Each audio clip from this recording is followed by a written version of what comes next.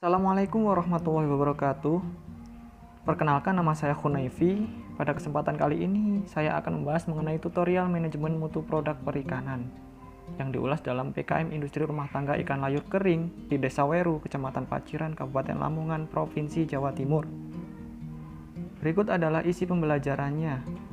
Yang pertama adalah pendahuluan, yang kedua isi bahasan, yang ketiga kesimpulan, yang keempat pustaka dan ucapan terima kasih. Mari kita masuk ke bagian pendahuluan. Penelitian ini dilakukan karena hal yang pertama yaitu ikan yang merupakan produk yang mudah rusak atau bersifat perishable apabila tidak ditangani lebih lanjut dalam mengendalikan mutu ikan. Penurunan mutu ikan ini terjadi karena melalui beberapa mekanisme, seperti kerusakan karena autolisis atau kerja enzim yang tidak terkontrol setelah ikan mati, aktivitas karena bakteriologi, dan kerusakan karena reaksi oksidasi. Di samping itu, masih banyak usaha pengolahan hasil perikanan, khususnya yang belum menerapkan atau memperhatikan mutu dari produk usahanya. Oleh karena itu, dibutuhkan sedikit ulasan mengenai manajemen mutu perikanan dan beberapa cara sertifikasi untuk standarisasi mutu produk perikanan. Kita masuk isi bahasan. Yang pertama adalah definisi mutu. Mutu produk dapat didefinisikan sebagai keunggulan dalam suatu produk bila dibandingkan dengan produk pesaing dilihat dari sudut pandang pelanggan. Definisi mutu produk perikanan sendiri adalah gabungan dari sejumlah atribut yang dimiliki oleh produk perikanan yang dapat dinilai secara organoleptik. Isi bahasan selanjutnya adalah karakteristik mutu produk perikanan. Karakteristik mutu produk perikanan sendiri dibagi menjadi dua, yaitu karakteristik fisik dan karakteristik tersembunyi. Yang pertama adalah karakteristik fisik, yang terdiri dari penampilan, kinestika, dan flavor. Penampilan sendiri yaitu warna, ukuran, bentuk, dan cacat fisik.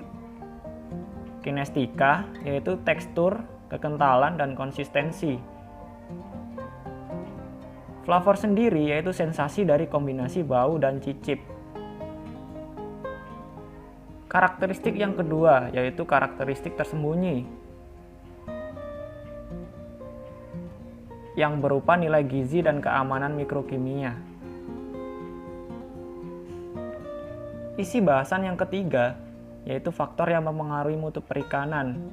Di sini ada spesies, ukuran, jarak ke konsumen, pakan, lokasi, jenis kelamin dan masa perkawinan, organisme parasit, kandungan senyawa racun, kandungan polutan, dan cacat.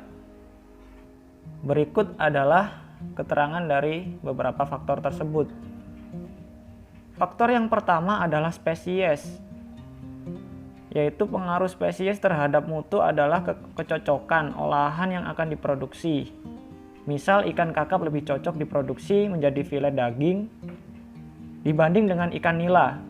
Ini dikarenakan setiap spesies mempunyai tekstur daging yang berbeda. Yang kedua adalah ukuran. Produk perikanan yang mempunyai ukuran yang besar dianggap lebih bermutu dibandingkan dengan ikan yang ukurannya yang kecil. Di samping itu, ukuran yang besar cenderung mempunyai cita rasa yang baik. Yang ketiga adalah jarak ke konsumen. Hal ini sangat berpengaruh karena produk perikanan yang mudah rusak dan mudah mengalami penurunan mutu, apalagi dengan jaraknya yang jauh dengan konsumen dan suhu sekitar yang relatif tinggi. Yang keempat adalah pakan. Pemberian pakan pada ikan cenderung memberikan pengaruh terhadap cita rasa ikan. Contohnya, ikan yang diberi makan pelet cenderung rasanya seperti pelet. Yang kelima adalah lokasi. Kondisi di lokasi penangkapan atau budidaya ikan akan mempengaruhi cita rasa ikan karena makanan yang terdapat di lokasi tersebut. Faktor selanjutnya yaitu jenis kelamin dan masa perkawinan. Jenis kelamin mempengaruhi ukuran dan cita rasa dari daging ikan sehingga hal ini mempengaruhi mutu. Selanjutnya adalah organisme dan penyakit.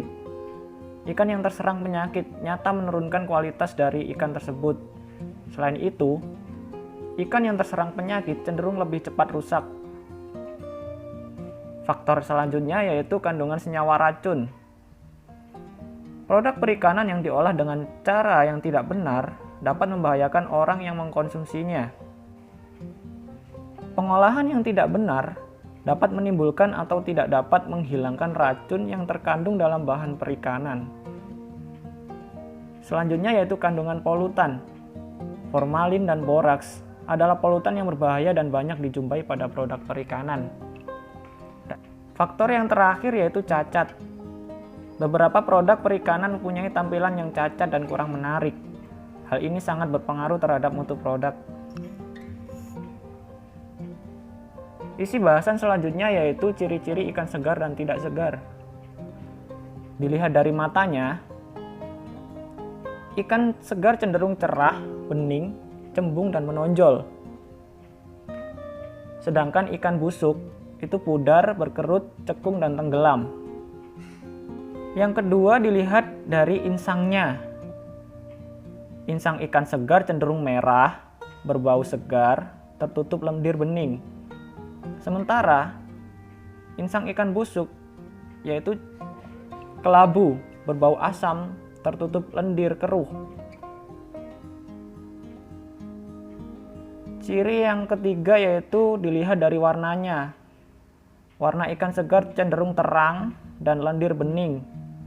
Sedangkan warna ikan busuk itu pudar, lendir, kelabu. Yang keempat dilihat dari bau. Bau ikan segar itu cenderung segar seperti bau laut. Kalau bau ikan busuk itu asam dan busuk. Yang kelima dilihat dari dagingnya. Daging ikan segar itu warnanya sesuai dengan ikan, padat dan kenyal. Bila ditekan bekasnya segera hilang. Berbeda dengan daging ikan busuk yang warnanya kemerahan dan bila ditekan bekasnya tidak hilang. Yang keenam dilihat dari sisik. Sisik ikan segar itu cenderung menempel kuat pada kulit. Sedangkan sisik ikan busuk itu mudah lepas. Yang ketujuh dilihat dari dinding perut. Dinding perut ikan segar itu cenderung utuh dan elastis. Sementara dinding perut ikan busuk itu menggelembung, pecah, isi perut keluar, dan lembek. Yang kedelapan dilihat dari tubuhnya. Keadaan tubuh ikan segar itu tenggelam di air, sedangkan ikan busuk itu mengapung. Isi bahasan selanjutnya yaitu cara pengendalian mutu. Pada dasarnya, ikan dan produk olahan dapat diawetkan dan menjadi aman untuk dikonsumsi melalui proses-proses berikut. Yang pertama, yaitu mengintroduksi panas dengan cara memasak, pasteurisasi atau sterilisasi. Yang kedua, yaitu menghilangkan panas tubuh ikan sehingga menjadi dingin atau beku. Yang ketiga, yaitu menambahkan bahan kimia. Yang keempat, menghilangkan sebagian air. Yang kelima, menjaga kebersihan. Dan yang keenam, kombinasi perlakuan-perlakuan di atas. Cara yang pertama, yaitu mengintroduksi panas dengan cara memasak, pasteurisasi, atau sterilisasi. Contohnya adalah pemindangan. Cara kedua, menghilangkan panas tubuh ikan sehingga menjadi dingin atau beku. Contohnya pembekuan. Cara pengendalian mutu yang ketiga yaitu menambahkan bahan kimia. Contohnya pengasinan atau penambahan garam. Cara pengendalian mutu yang keempat yaitu menghilangkan sebagian air. Contohnya pengasapan, pengeringan atau penjemuran.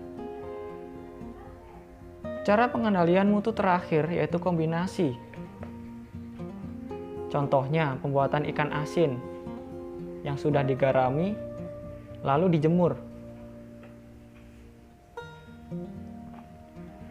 Perlakuan-perlakuan tersebut berhubungan dengan pengendalian atau destruksi mikroorganisme dan produk-produk metaboliknya serta mengurangi atau meningkatkan reaksi-reaksi kimia dan fisika tertentu. Penerapan perlakuan-perlakuan tersebut secara memadai dapat mencegah perkembangan mikroorganisme berbahaya dan terbentuknya toksin. Selain itu juga, membunuh mikroorganisme, patogen dan berpotensial membahayakan konsumen.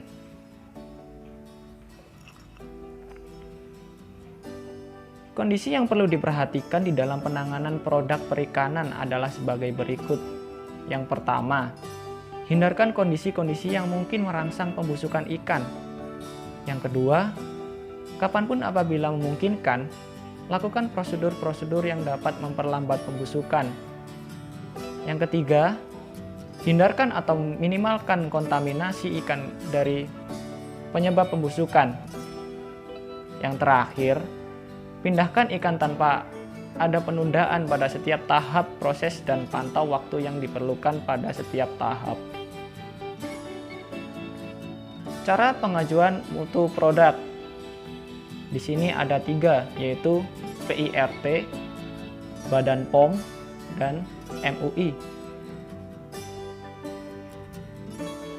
Berikut letak labelnya.